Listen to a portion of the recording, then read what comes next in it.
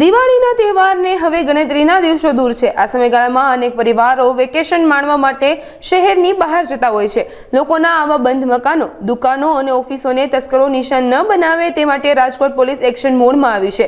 SOG દ્વારા શહેરના મુખ્ય અને સંવેદનશીલ વિસ્તારમાં સુરક્ષા વધારી દેવામાં આવી છે। ખાસ કરીને ત્રિકોણબાગ, પેલેસ રોડ, ગુંદાવાડી અને ધર્મેન્દ્ર રોડ જેવા ગીચ અને વેપારી વિસ્તારમાં ડ્રોન વડે બાજ નજર રાખવામાં આવી રહી છે।